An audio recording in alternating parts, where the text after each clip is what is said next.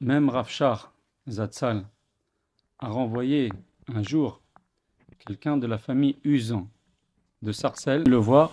Il lui a dit: Tu viens me voir alors que tu habites Sarcelles, tu as Rav Israël à Sarcelles et tu viens me voir. C'est lui le grand de la Génon, c'est pas moi.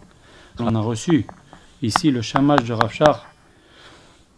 Il nous a dit: Rav Shach avait dit une fois: Je suis fier d'avoir écrit des lettres d'approbation pour ce livre-là, les livres de Rav Israël. Pour moi, c'est lui le plus grand maître de la génération. J'ai reçu ici aussi, on a reçu un monsieur que le rabbi de Lubavitch lui avait dit: Je comprends pas pourquoi tu viens me voir. Le plus grand de la génération, il est chez vous, c'est Rav Israël.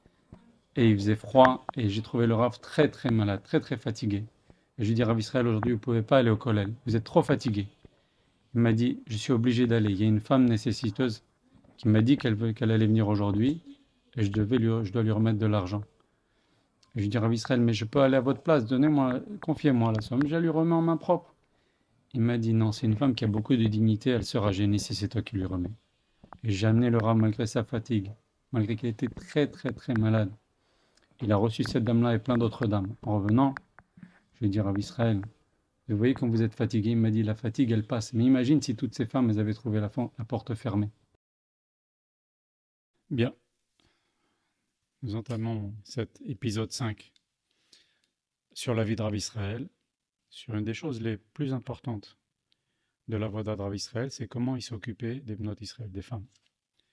À Sarcelles ou des femmes d'ailleurs, même qui venaient de Paris. Et en fait, quand Rav Israël recevait, facilement, allez, tranquille, les deux tiers, c'était des femmes. Et il prenait ça très, très... Il accordait beaucoup d'importance à cela, parce qu'il savait qu'avec la femme, c'est la base du foyer. Donc elles ont besoin d'aide, elles ont pas grand monde à qui elles peuvent se confier. En fait, un papa à qui on peut parler de choses d'adultes, si vous voulez. Et c'était comme une relation très paternelle avec le père, avec Rav Israël qu'ils avaient. C'était comme un père pour elle. D'ailleurs, Rav Israël avait raconté que une fois il était dans le coma et il est monté dans le Beldin Shel Maala pour se faire juger. On lui a dit: c'est le moment de partir. Il a dit: qui va s'occuper des Bnot Israël? Je m'occupe des Bnot Israël. Alors on lui dit: alors si c'est ça, reviens. Ça nous confirme une chose. On n'a pas besoin de confirmation, mais ça nous confirme ce que dit Chovot HaLevavot. Chovot HaLevavot dans Sharabit Achon dit que c'est pas parce qu'une personne fait bien les mitzvot, il y a des relations harmonieuses avec son entourage, il se comporte bien ben Adam le makom, ben Adam le chavero, entre les mitzvot entre nous, Hachem et nous, notre prochain, ça lui suffit pas. Il faut aussi qu'il s'occupe des autres. D'ailleurs, vous voyez qu'à Rosh Hashanah, on dit que le deuxième jour de Rosh Hashanah, Akash Baruch Hu nous juge en fonction de comment on dédie de son temps, de son énergie, on est utile pour les autres. Et donc, vous voyez, ça sauvait Rav Israël. Et donc Rav Israël, il faisait toujours avec une sniout énorme.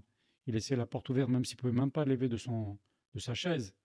Mais il laissait la porte ouverte. Il ne regardait pas, mais avec beaucoup d'humour, avec beaucoup de douceur. Et il les comprenait et il savait. Et elle, il a gagné la confiance des Bnot Israël. Et elle savait que chez lui, elle pouvait parler de tout et qu'il leur parlerait. Elle savait que c'est la voix d'Hachem qui va sortir de sa bouche. D'ailleurs, Rav Israël, il appelait les femmes les filles d'Akadosh Baruch Hu. Et il disait toujours, il disait: ma plus grande récompense, c'est le shalom. Et donc, il s'est toujours employé à faire le shalom bayit. Il excellait dans le shalom bayit. C'était inimaginable. Rav Israël, quand il est arrivé à Sarcelles, il a demandé à un monsieur qui était représentant en parfum de lui donner plein d'échantillons de parfum. Et à chaque fois qu'il y avait des dames qui venaient, il lui donnait des petits échantillons de parfum. Quand je suis parti une fois en Eretz Israël, il m'a dit: rapporte-moi plein de petits Teilim, plein de petits Raziel Amalar. Et ce qu'on faisait aussi souvent, de temps à autre, il me disait: allez, viens, on va à Paris. Et donc je l'amenais dans ma voiture et on allait à Paris, porte Clichy. Il y avait une gadgeterie là-bas, avec tout plein de bibelots là-bas. Et il achetait des tonnes de portes, de bougeoirs, de, des tas de bibelots. Et à chaque fois qu'il y avait une dame qui venait, il lui donnait un petit bibelot, un petit truc. Et il y a plein de dames, je suis sûr, qui écoutent ce, ce cours et qui ont chez elles des choses que Rav Israël leur a données. Un Teilim, des choses comme ça, pour les encourager. Ça leur faisait plaisir. Au niveau de Tarat HaMishpacha, Rav Israël aussi, bon, bien sûr, il voyait, c'était lui, le possède dans ça, dans Sarcelles, pendant des années et des années. Et Il avait une siyata d'Ishmaïa spéciale. Je ne peux pas dire ça en vidéo, je ne peux pas donner de détails, mais il avait une aide d'Hachem spéciale là-dedans. Et une fois, j'étudiais avec le Rav. D'ailleurs, si ça vous intéresse, je mettrai dans la vidéo le lien du site que j'ai fait avec tous les cours une grosse partie des cours que Rav Israël m'a donné. Là-bas, vous verrez, il y a plein de cours de Mishnayot, de Halachot. Et un jour, Rav Israël était en train de m'enseigner et j'enregistrais donc ce qu'il me disait. Et il y a une dame qui a téléphoné avec une question de Tarat HaMishpacha. Il a répondu, il a raccroché, on a continué à étudier. Une demi-heure après, la même dame téléphone avec la même question. Et Rav Israël ne lui a pas dit, je t'ai déjà dit. Il n'a pas dit, madame, je vous ai déjà répondu. Il a répondu de nouveau, calmement, gentiment, oui, madame, comme ça, comme ça, comme ça. Très bien. Une demi-heure après encore, une autre dame la même dame qui téléphone et qui lui demande à Israël la même question. Rav Israël, avec patience, il lui répond, encore une fois. Et moi, quand il a raccroché, je me suis dit, bon, il va peut-être manifester un petit signe d'impatience. Qu'est-ce que Rav Israël me dit? Il me dit, regarde comme elle craint Hachem. Il n'a pas vu de ça une lourdeur, une pesanteur, une personne qui comprend difficilement. Il a vu une femme qui craint Hachem et qui veut être sûre de bien faire les choses comme Hachem attend d'elle. Et ça, c'est Aïn Tova. Vous comprenez? C'est très joli. Rav Israël souvent rapportait ce midrash. Le midrash dit la chose suivante. Akash Baruch Hu a demandé aux femmes, à Chava, est-ce que tu vas être créée? Elle a dit non, la vie d'une femme c'est difficile, la grossesse, les enfants, l'accouchement, Nida, tout ça c'est compliqué. Hachem lui a dit, mais moi, je le veux que tu sois créé. Alors elle a dit, alors si toi tu le veux, d'accord. C'est pour ça qu'elle fait la bracha, Sha'asali Kertsono. Hachem m'a créé comme il a voulu, comme Hachem a voulu. Des fois, il y avait des dames qui restaient longtemps et qui trouvaient une oreille, alors elles parlaient, leur avait été fatiguée, il y avait deux dames qui attendaient dehors. Jamais Rav Israël n'a dit à une dame, madame, vous m'avez déjà dit ça, ou madame, il y a des gens qui attendent, il y a des dames qui attendent dehors, ou revenez demain, on en reparlera. Il écoutait la personne. Il n'a jamais montré un signe d'impatience. Et des fois, le dimanche matin, quand le Rav finit, je mettais les tefilines. Quand il a fini la prière, à peine j'ai enlevé les tefilines, il y avait déjà des dames qui rentraient, et des gens qui rentraient et qui commençaient à poser des questions. Un jour, je me suis dit, bon, il faut quand même que le Rav prenne un petit déjeuner, au moins un thé sucré, quelque chose. Et donc, j'ai mis une affiche à l'entrée. Le Rav reçoit à partir de telle heure. Et quand il a vu l'affiche, Rav Israël m'a dit, enlève cette affiche. Il n'y avait pas. Et des fois, il restait. Alors qu'il était faible, il avait besoin d'un peu de force. Il était très faible. Au moins, manger un petit bout de gâteau. Ma femme préparait un petit thé, un petit bout de gâteau. Non. Il prenait des fois un petit peu, mais la plupart du temps, il pouvait pas parce qu'il y avait déjà des gens qui venaient et puis après, c'était fini. C'était l'enchaînement, il pouvait pas arrêter. Et donc, il restait à jeun jusqu'à une heure. Il y a une dame qui est venue chez Rav Israël. Beaucoup de dames sont venues dans ce cas-là en disant, ben voilà, j'ai trop sur la tête, j'ai les enfants, la cuisine, la maison, le ménage, les courses. J'ai trop, c'est trop, les enfants, c'est difficile, je suis enceinte en plus, c'est difficile, c'est compliqué. Le Rav, bien sûr, il donnait des encouragements, des conseils, il la bénissait, etc. Un jour, le Rav a parlé à un mari d'une de ces dames et il lui a dit, ton épouse doit comprendre que l'épreuve du mari d'aller travailler et d'étudier la Torah n'est pas moins difficile que l'épreuve d'une dame de s'occuper des enfants et de la maison. Il y avait un jour un couple qui est venu chez le Rav et ils étaient en panique. Et ils nous ont expliqué, ils ont reçu un chaliar d'une yeshiva, d'un kollel, d'Eretz Israël. Et à un moment donné, le mari s'est absenté. Et cet homme-là, il a demandé à la femme, pouvez me donner un petit quelque chose, un petit peu goûter du repas de Shabbat. Elle lui a donné, elle est polie, elle est correcte. Et après, il a fait des avances. Et elle a rembarré, bien sûr, cet homme-là. Et ils sont venus, ce couple-là, ils étaient très étonnés. Ils disent, mais en plus, ça, il donne des cours. C'est un homme, on dirait un super racham, etc. Le Rav a dit à cette femme, elle a dit, écoute-moi bien. Quand ton mari n'est pas là, il n'y a personne dans la maison. Personne dans la maison. Et j'ouvre une petite parenthèse. Il y a une histoire que mon beau-père m'a racontée, qui est liée à ça, qu'il y avait dans sa famille deux amis qui ont fait un pari, est-ce que je peux rentrer chez toi en ton absence? Et un a dit non, ma femme ne te laissera pas rentrer. L'autre lui a dit je parie. Et il est parti chez la femme de l'autre. Il lui a dit bonjour, je peux rentrer, j'ai croisé ton mari, il arrive dans 5 minutes. Est-ce que je peux rentrer, prendre un verre d'eau? Sa femme, elle a dit non. Tu rentres pas, il n'y a pas mon mari, tu rentres pas. Et ça, c'est une très grande leçon. Très grande leçon. Rabbi Israël, il disait, il faut faire très attention à ces choses-là. D'abord, il y a Yiroud, mais on ne tente pas le diable. Le mari n'est pas là, personne, aucun homme ne rentre à la maison. Point barre. Il y avait aussi une femme je vous raconte quelques anecdotes comme ça. Il y avait une dame qui attendait un enfant, et son mari ne voulait pas du bébé. Elle lui a dit, Rav, est-ce que je peux avorter? Le Rav lui a dit, on verra après l'accouchement. C'est combien de dames, elles ont... Combien d'histoires comme ça? Le Rav voulait rien savoir, c'est trop grave ces choses-là. Toutes les personnes qu'on a vues, qui ont fait des avortements, elles ont une vie d'enfer après. Je ne parle pas des avortements permis par les rabbinim, par la halakha. Je parle des avortements qu'ils ont fait sans demander la permission de leur propre chef. Après, ils ont souffert l'enfer dans leur vie, parce que c'est un meurtre. Un jour, il y a un Ben Torah qui est venu chez Rav Israël, il lui dit, voilà, je fais un shidour, et qu'est-ce que je dois chercher chez une jeune fille? Qu'elle soit chomeret Shabbat? Le Rav lui dit qu'elle soit chomeret toute la Torah, tout le Shulchan Aruch. Tu ne dois pas chercher un petit peu. Et combien de femmes aussi venaient chez des jeunes filles qui venaient, j'ai trouvé un khatan, il est comme ça, comme ça, comme ça, mais n'ont pas été vérifiées si c'est quelqu'un qui respecte la Torah. Elle l'a trouvé bien, etc., mais est-ce qu'il est engagé? Et combien de cas, j'en parle parce que c'est important, combien de jeunes filles sont venues chez le Rav avec, en disant, voilà, je connais un jeune homme, il est très bien, il n'est pas Shomer Shabbat, mais il m'a promis qu'après le mariage, il sera Shomer Shabbat. Rav Israël ne voulait pas, il dit, il est Shomer Shabbat déjà avant, il montre qu'il est capable d'être Shomer Shabbat et pendant quelques semaines, quelques mois même. Après, on verra ce qui se passe. Mais là, il te dit après, combien d'histoires de jeunes hommes ont dit à des jeunes filles, je vais être Shomer Shabbat, et ils n'ont pas été Shomer Shabbat après le mariage. Combien de jeunes hommes ont dit à des jeunes filles, ah, j'arrête le jeu, ils étaient addicts aux cartes. Ok, j'arrête le jeu. Après le mariage, je te promets, j'arrête le jeu. Ils n'ont pas du tout arrêté. Ça s'est mal terminé. Donc tout ça, c'est du baratin. Genre, après le mariage, je ferai ça. Ça, c'est du baratin. Faut faire attention à ça. Voilà. Il y a une femme qui faisait beaucoup de traitements pour tomber enceinte. Et le Rav l'a encouragée. Le Rav l'a béni pour qu'elle ait un enfant. Elle lui a dit, Rav Israël, maintenant que vous m'avez fait béni, j'ai plus besoin de tous ces traitements. Le Rav lui a dit, non, je t'ai béni, mais tu continues tous tes traitements. C'est Hachem qui donne les enfants. Mais toi, tu dois faire ta ishtadlout, tu dois faire tes efforts personnels. Il y a une femme qui a reçu son frère à la maison. Il venait d'un pays étranger, il est venu s'installer en France, elle a reçu quelque temps chez elle à la maison. Et ça faisait des histoires entre elle et son mari. Et elle est venue chez Rav Israël. Rav Israël lui a dit, ton frère, il doit partir. Alors elle a dit, mais c'est mon frère. Et Rav Israël lui a dit, mais c'est ton mari. Tu dois écouter ton mari. Il y avait aussi une histoire d'une femme qui avait un dilemme, je crois, professionnel. Et le Rav lui a dit, tu dois porter plainte. Et quelques temps après, elle est venue chez le Rav.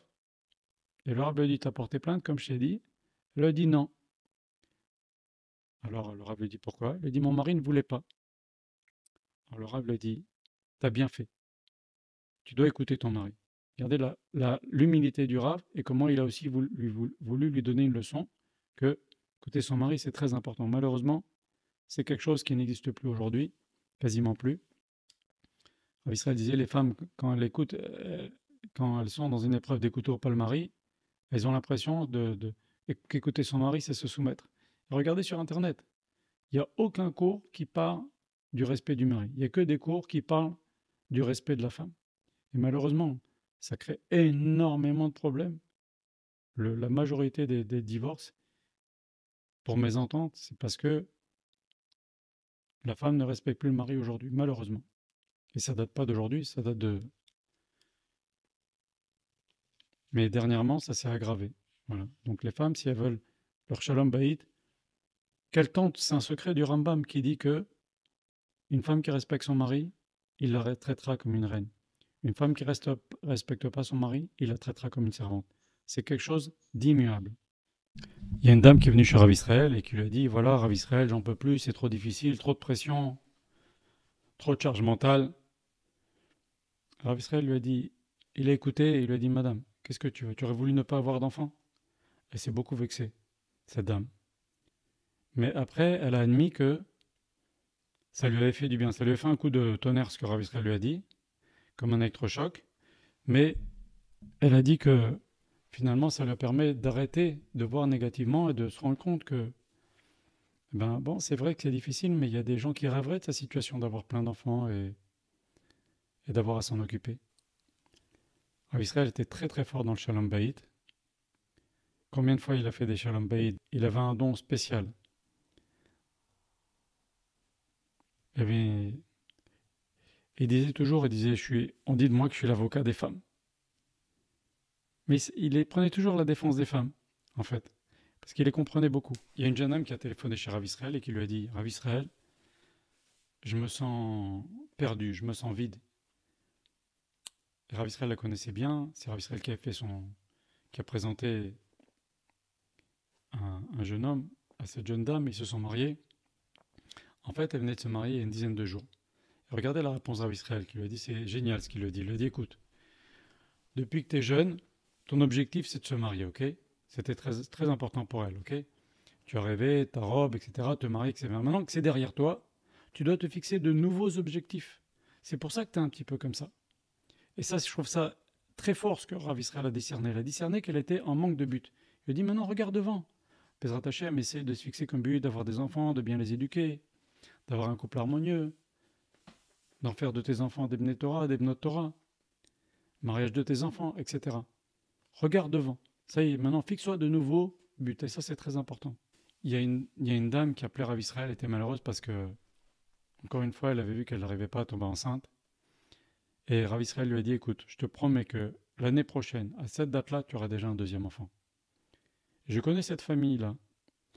Et effectivement, elle est tombée enceinte quelques temps après. D'ailleurs, Rav Israël était le sandak.